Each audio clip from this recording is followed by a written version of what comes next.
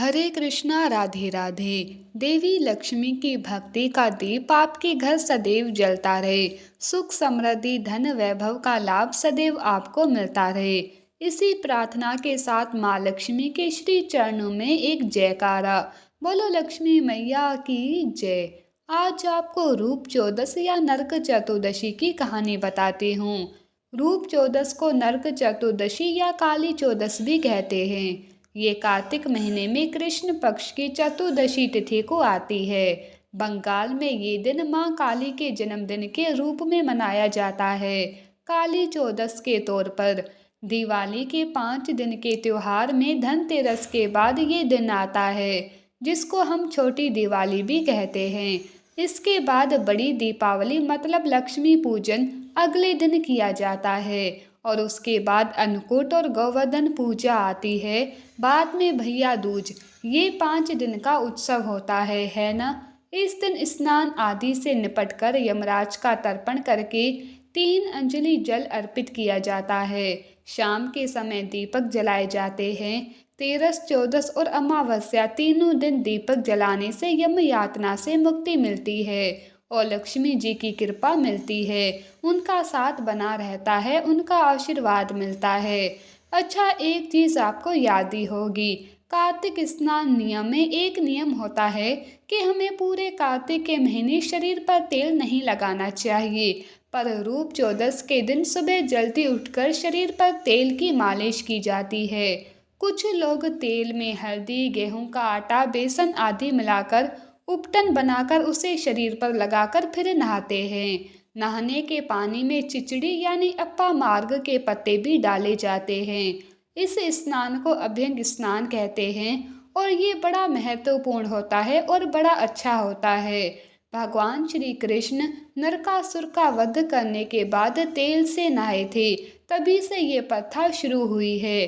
पूरे कार्तिक के महीने सिर्फ इस दिन को छोड़ के कभी हमें तेल नहीं लगाना चाहिए। ये स्नान करने से नरक से मुक्ति मिलती है और 100% मिलती है। इसीलिए ही इसे नरक चतुर्दशी भी कहते हैं। इस दिन श्री कृष्ण की बहुत स्पेशल पूजा की जाती है और मंत्रों का उच्चारण किया जाता है। एक और बात, बंगाल में ये दिन काली चौदस के नाम से जाना जाता है। महाकाली देवी शक्ति के जन्मदिन के रूप में इस दिन को मनाया जाता है। काली माँ की बड़ी बड़ी मूर्तियाँ बनाकर उनकी पूजा की जाती है। ये आलस्य और बुराइयों को त्याग कर जीवन को रोशन करने का दिन माना जाता है ना। तभी कहते हैं कि भाई सुबह जल्दी उठकर हर कोई नहीं नहा सकता, तभी कहते हैं नहीं, आलस छोड़ना है और हमें ये करना है। कुछ जगह भगवान विष्णु के वामन अवतार की पूजा की जाती है। इस दिन भगवान विष्णु ने वामन अवतार धारण करके देवताओं को राजा बलि के आतंक से मुक्ति दिलाई थी। भगवान ने राजा बलि से वामन अवतार के रूप में 3 पैर जितनी जमीन दान के रूप में मांग कर उसका अंत किया था। राजा बलि के बहुत ज्ञानी होने के कारण भगवान विष्णु ने उसे साल में एक दिन याद किए जाने का वरदान भी दिया था। नरक चतुर्दशी ज्ञान को रोशनी से जगमगाने का दिन माना जाता है। इस दिन हनुमान जी की विशेष पूजा भी की जाती है। बचपन में हनुमान जी ने सूर्य को खाने की चीज समझकर उनको अपने मुंह में रख लिया था। इस कारण चारों तरफ अंधेरा फैल गया था। बाद में सूर्य को इंद्र देवता ने मुक्त करवाया था। अच्छा, इस दिन है ना रूप चतुर्दशी का व्रत भी रखा जाता है। रूप चौदस की कहानी सुनी जाती है, ठीक है। तो अगर आप वैसे कार्तिक के पूरे महीने का व्रत नहीं कर रहे हो तो कम से कम जो स्पेशल दिन है ना उसमें व्रत जरूर कर लेना। अब आपको कहानी बताती हूँ। बहुत सुंदर कहानी है, प्रेम से मन से भाव से सुनना। एक योगी थे, उन्होंने खुद को भगवान के ध्यान में लीन करते हुए समाधि लगा रखी थी। समाधि लगाने के कुछ दिन बाद ही उनके शरीर में कीड़े पड़ने लग गए। बालों में भी कीड़े पड़ गए, आंखों की पलकों और भौं में भी जुएं पैदा हो गई। अब इससे वो बड़ा परेशान हो गए और योगी की समाधि थी वो जल्दी ही टूट गई, क्योंकि वो सारे शरीर पर कीड़े रेंग रहे थे। अपने शरीर की ऐसी दुर्दशा देखकर उन योगी को बड़ा ही ज्यादा दुख हुआ। अब वहीं से नारद जी वीणा और खड़ताल बजाते हुए गुजर रहे थे। अब उन योगी ने नारद जी को रोक कर पूछा कि हे प्रभु, चिंतन में लीन होने की चाह होने पर भी मेरी ये दुर्दशा क्यों हो रही है? तो नारद जी बोले, हे योगीराज, आपने प्रभु चिंतन तो किया, लेकिन वो आचार नहीं किया। अब ये कैसे करते हैं ये आपको पता भी नहीं है।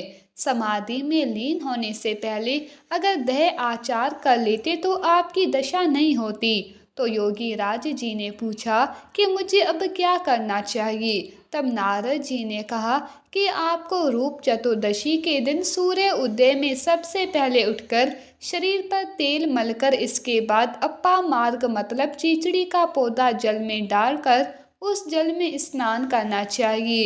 इस दिन व्रत रखते हुए विधि विधान से भगवान श्री कृष्ण का पूजन करना और आपका शरीर पहले की तरह स्वस्थ और रूपवान हो जाएगा। अब वो जो योगी राज जी ने उन्होंने ऐसा ही किया और वो बहुत स्वस्थ और बड़े सुंदर हो गए। रूप चौदस का दिन बहुत शुभ होता है, इसीलिए प्रसन्न होकर भक्ति भाव से अपने इष्ट की पूजा करने से हमें भी हमारे मन वाली इच्छा मिलती है। इसी के साथ एक जयकारा बोलो श्री कृष्ण भगवान की जय, यमराज की जय, वामन भगवान की जय, महालक्ष्मी की जय, हनुमान जी महाराज की जय। रूप चौदस को इसीलिए रूप चौदस मतलब 14 गुना रूप देने वाली कहा गया है। जरूर कर लेना, बहुत बहुत अच्छा होता है। अंत में कृष्ण भक्ति की छाँव में दुखों को भुलाओ, सब प्रेम भक्ति से हरि गुण गाओ, है ना। अगर आपको रूप चौदस की कहानी पसंद आई तो प्लीज़ इसे ज़्यादा से ज़्यादा शेयर करें। Please like share and subscribe. Thank you. जय श्री राधा कृष्ण।